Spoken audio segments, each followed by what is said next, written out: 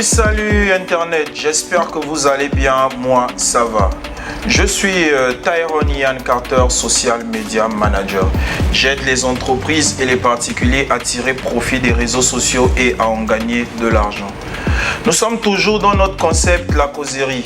La causerie est un concept qui a été mis en place pour pouvoir permettre aux différents acteurs culturels, pour pouvoir permettre aux entrepreneurs de communiquer, de mieux communiquer sur eux afin que les gens sachent réellement qui ils sont.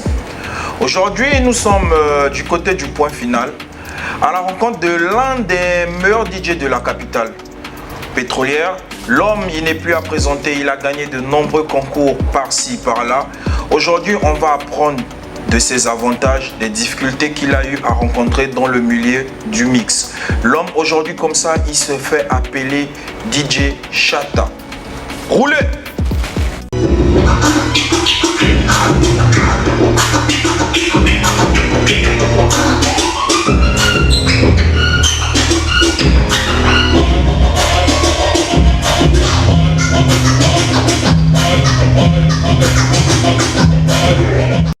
Salut Shatta. Salut.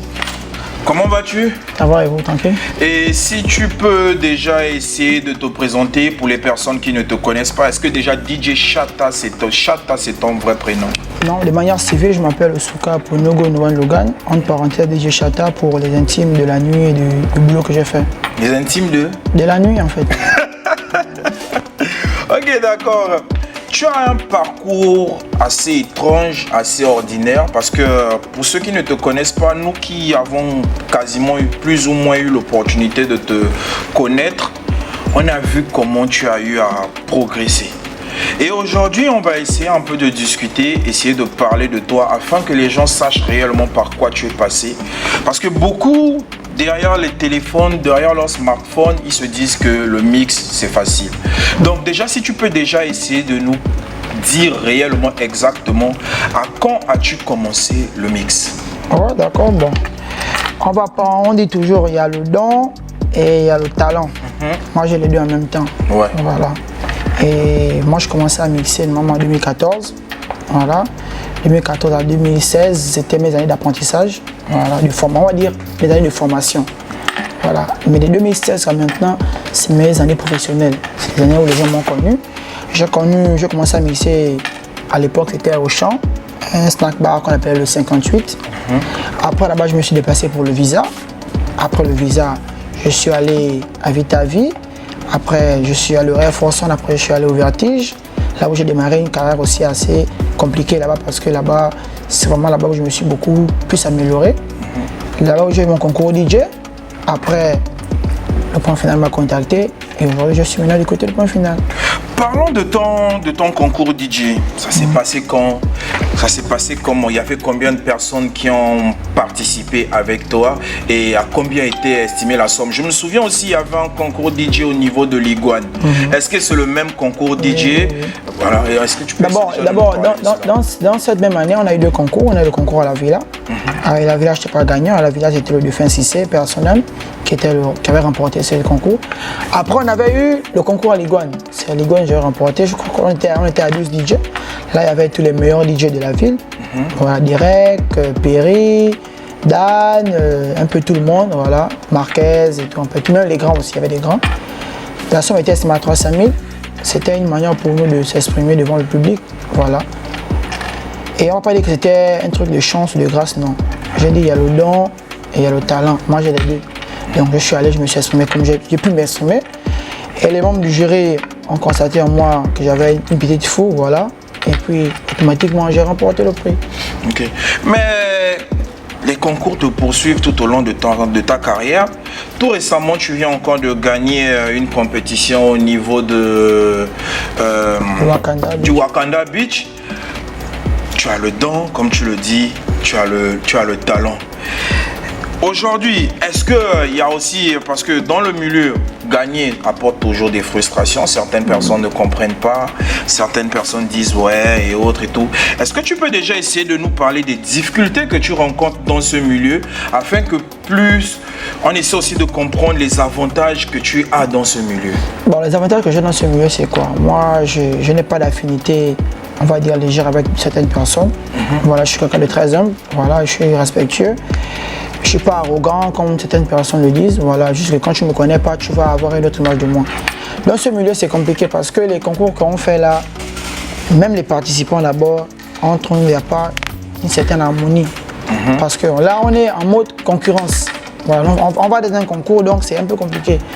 J'ai reçu des frustrations, des messages un peu choquants de certaines personnes, des personnes que je considère même beaucoup dans mon milieu de travail, qui font des critiques un peu, dire oh, il n'est pas bon, c'est un jeu de son nom et tout et tout. Non.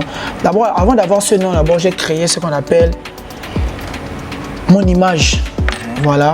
J'ai donné le goût aux gens de m'aimer d'une manière quelconque. C'est-à-dire que même si j'ai fait une merde devant les gens vont aimer parce que c'est Chata. Mais d'abord, à la base, moi je travaille beaucoup. Voilà, je crée beaucoup de choses. Et aujourd'hui, le point final, à un an, ils m'ont donné un nom, j'ai aussi donné un nom aussi à la boîte. Parce que moi j'ai créé des trucs que beaucoup n'ont pas créé. Beaucoup aujourd'hui font du copier-coller, l'autre a fait ça, l'autre aussi fait ça. Non, moi j'ai créé quelque chose que moi-même, il n'y a que moi qui peut faire ça. Et aujourd'hui, je ne veux pas dire comme les autres, il y a d'autres qui sont dans les boîtes peut-être à 3 à 4. Nous sommes à 2. Mais à 2, on peut faire ce que 7 personnes font en une soirée. Donc pour moi, je me dis que bon, ça va, on est prêt. Ok. Nous avons eu à recevoir des artistes, il y a eu plein de sujets à polémique. On va essayer de parler de la polémique parce qu'on est là aussi pour essayer de comprendre tout ce qui se passe tout autour du métier que vous faites. Et il y a eu des artistes qui sont passés dans des émissions qui ont eu à dire, bah, par exemple, tu pars, tu rencontres un DJ et du coup, tu essaies de lui remettre, tu soudoies la personne, donc tu lui remets moyennant quelque chose afin que lui il puisse jouer ton morceau. Sauf que certains DJ, à l'exemple par exemple de toi, tu reçois la somme, l'argent d'un artiste et tu fais pas passer le son. Est-ce que cela t'a déjà arrivé et tu te reconnais dans ses propos? Non, je ne me reconnais pas ces propos. J'ai jamais pris l'argent de quelqu'un. Le seul artiste qui m'a donné 10 000 francs une fois, c'est Abdelaziz. Parce qu'il vient appeler les artistes en son comme le blanc. Donc il voulait de la force. Je pense bien que c'est une logique. Voilà, parce que quand tu vas par exemple déposer de la musique au grand village, je pense que tu poses à cadeau, il faut forcément payer. Moi je ne demande pas une somme à quelqu'un, je ne demande rien à quelqu'un. Voilà. Je travaille avec beaucoup d'artistes, je travaille avec Warren Jazz, je travaille avec Punisher, je travaille avec Stermy, je travaille avec un bon nombre de personnes. Ils m'ont jamais donné 100 francs. Mais c'est pas pour autant que je mets pas leur musique en boîte. Non.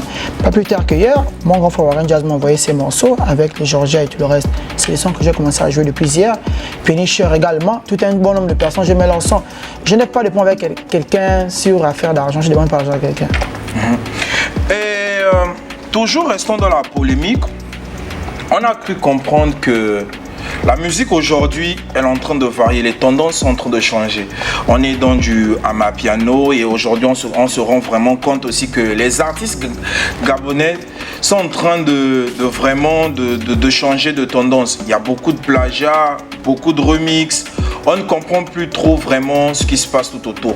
Et nous avons eu à recevoir un artiste dans notre concept La Causerie. Il a eu à dire que c'est à cause des DJ aujourd'hui si la musique elle est comme elle est aujourd'hui, si les gens consomment un peu plus la merde, les morceaux comme les Lili et autres.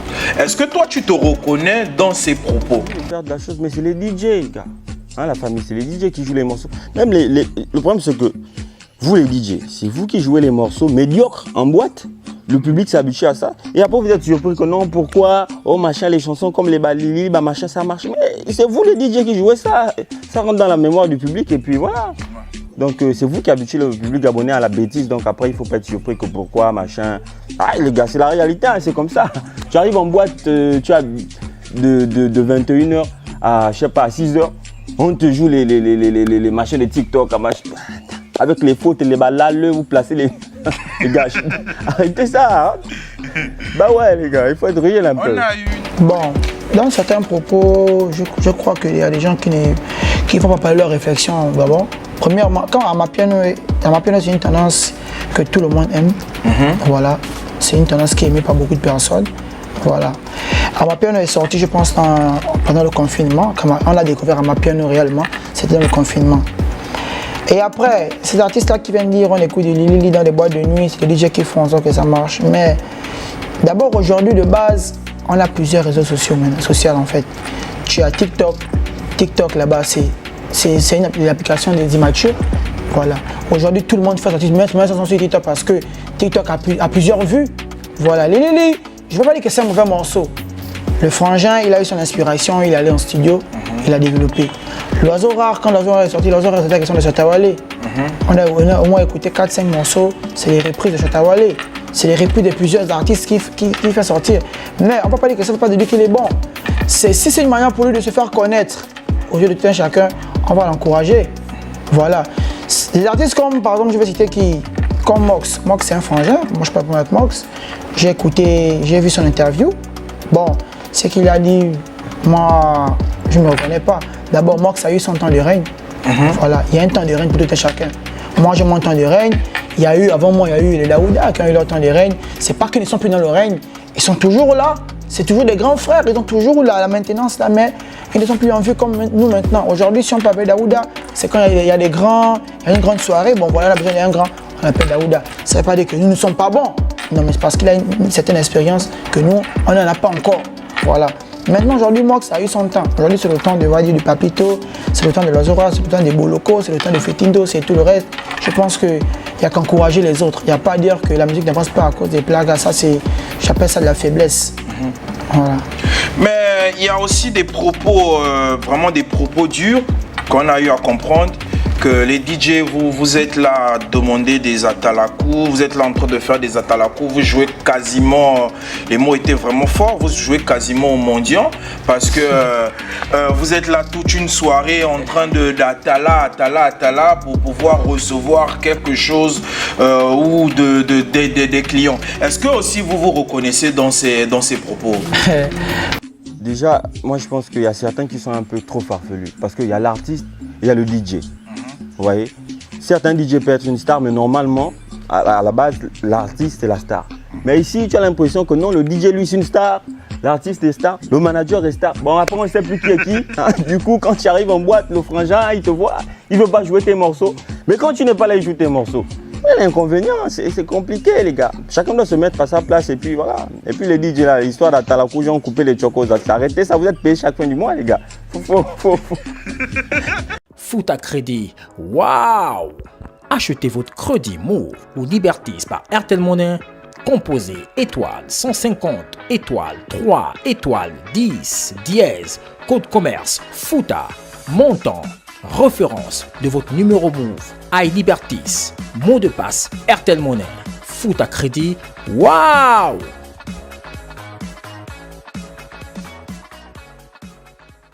Donc aujourd'hui j'ai dit les vérités les gars, il faut doser, il faut doser. Tu es un artiste, on t'a beaucoup de talent. Bah ouais frère, mais c'est pas mauvais la talakou, mais sauf que depuis un certain temps là, je sais pas, vous avez vu sur la toile TikTok, ça chauffe un peu là. Tu as l'impression que les gars c'est devenu de la mendicité. Hein? Ça chauffe les gars, c'est pas comme ça, faites ça proprement, c'est vrai qu'il faut, hein? Mais faites ça avec la manière quand même, parce que tu as créé le nom de l'autre 15 fois, tu vois que c'est pas moi, arrête bro. Comment dirais-je, je vais appeler ça comme Déjà, si vous pouvez déjà essayer de nous définir un peu la talakou. D'abord, premièrement, la talakou, c'est une manière, on va dire, c'est une façon de mettre un client en valeur. Voilà. C'est une façon de chanter, mettre le client, rassurer le client. On peut dire, c'est lui le boss de la soirée. Voilà. La talakou, c'est pas pour les mendiants. Ceux qui ne connaissent pas la talakou, ceux qui c'est pour les mendiants, pas pour les mendiants. Le fait qu'eux n'ont pas d'argent, que d'autres n'ont de l'argent, pensent que c'est des mendiants. Voilà, quelqu'un qui n'a pas d'argent va parler comme ça. Et celui qui a de l'argent peut parler comme ça. Aujourd'hui, moi j'ai l'objet pour le cas d'une famille, la famille du roi 12-12, c'est des Ivoiriens. Voilà, c'est des gens qui m'encouragent depuis longtemps. Voilà, c'est des gens qui me soutiennent beaucoup quand j'ai des petits soucis. Voilà, on est ensemble et tout le reste. Eux, par exemple, comment je vais vers eux? Bien quand je fais la talakou, par exemple, quand je suis dans une séquence ivoirienne, quand je fais la talakou, eux, ça les intrigue. Pourquoi? Parce que ça vient de chez eux en fait. On prend la talakou de la Côte d'Ivoire, on met ça un peu partout. On va dire, il y a le Cameroun, il y a la Côte d'Ivoire, il y a le Congo qui font la talakou, mais de manière différente. Bon, aujourd'hui, quand je fais la talakou sur des Ivoiriens, je peux me retrouver avec 150 000. Ça ne veut pas dire que je suis un mendiant. Ils aiment ce que je fais, ils aiment d'abord mon travail d'abord de base. Et quand je fais la talakou, ils se retrouvent chez eux en fait. Voilà, donc pour eux, c'est pas la mendicité en fait. C'est les Gabonais qui ont une autre vision de ça en fait. Ils pensent à qu'on nous demande. Moi, je suis un mendiant. Mon salaire est assez bon, assez énorme. Je vois pourquoi je vais être mendiant de 500 ou de 1000 francs. Je ne pense pas que j'ai demandé déjà à quelqu'un de 1000 francs à la talakou. C'est impossible. Je fais la talakou, je chante le nom de quelqu'un, il veut me donner, il peut me donner c'est pas un problème. Mais je ne fais pas de la base pour demander de l'argent à quelqu'un. Ne faites pas ça pour vouloir mendier, pour recevoir quelque chose de quelqu'un.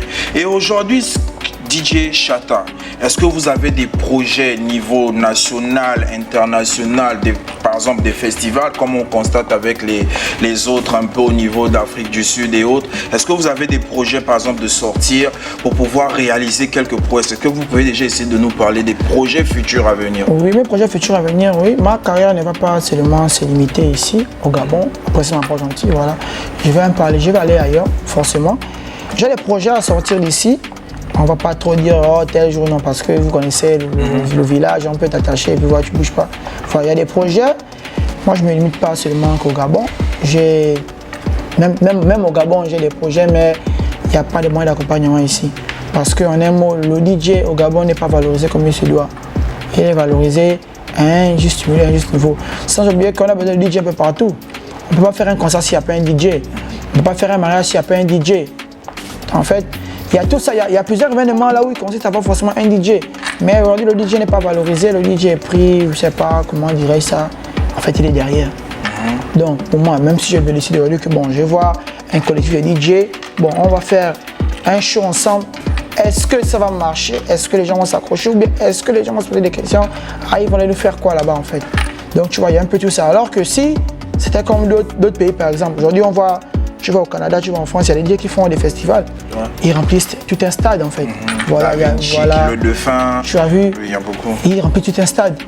Et pourtant, ils vont mettre des sons que les gens connaissent, mais c'est une ambiance qui est à un autre niveau en fait. Voilà, donc ici, c'est vraiment pas ça. Donc, moi, je me contente juste de me préparer pour aller un peu attaquer ailleurs, voir un peu ce que ça donne.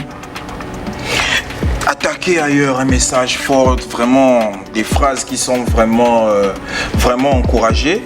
Et nous, on va vraiment vous encourager dans le sens que vous êtes en train d'aller. Voici pourquoi on a mis ce concept en place. C'est pour permettre vraiment aux acteurs culturels, aux entrepreneurs comme vous de pouvoir déjà communiquer, parler afin déjà que les gens sachent réellement quels sont vos projets, quelle est la direction que vous êtes en train de suivre. Avez-vous des personnes à remercier déjà pour pouvoir clôturer ce beau passage? Bon, je vais d'abord remercier ma maman, parce que grâce à elle, je suis en vie. Voilà, c'était elle qui m'a propulsé, qui m'encourage de jour en jour.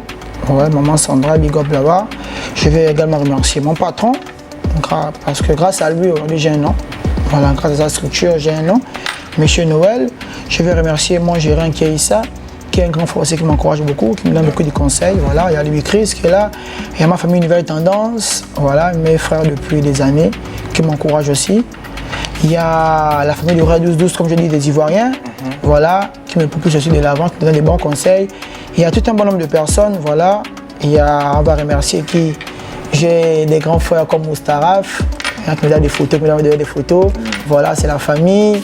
Il y a les Bambi, il y a un bon nombre de personnes, il y a M. Rodrigue du Wakanda, il y a vous-même Tyrone Carter, il y a vraiment un bon nombre de personnes. Je tiens à vous remercier parce que de base, vous êtes ces personnes-là qui m'ont encouragé vers de l'avant. Voilà, donc c'est un peu ça.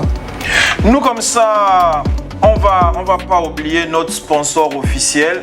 On va remercier notre sponsor officiel qui n'est que Fouta Crédit. On va remercier le Point Final de nous avoir ouvert ses portes. On va remercier comme ça l'homme derrière la caméra. L'homme, il se fait appeler Moustaraf, le frappeur.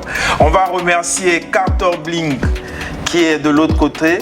On va remercier Dilok Koma. On va remercier Monsieur Gildas du Paintball Club Colonel Niama. On va remercier le docteur Nonche Loïs Alela. On va remercier comme ça Mayer Fashion, l'homme au chrono magique. Et comme ça, soyez connectés, restez câblés. On vous dit comme ça la suite au prochain numéro. Surtout, n'oubliez pas de nous joindre si vous voulez participer au concept. Nous sommes disponibles au 077 12 42 42. Et pour toutes les personnes qui veulent rencontrer Chata en privé pour se plaindre pourquoi il ne fait pas passer vos sons, vous aurez son numéro personnel en description. On se dit comme ça la suite au prochain numéro. Salut!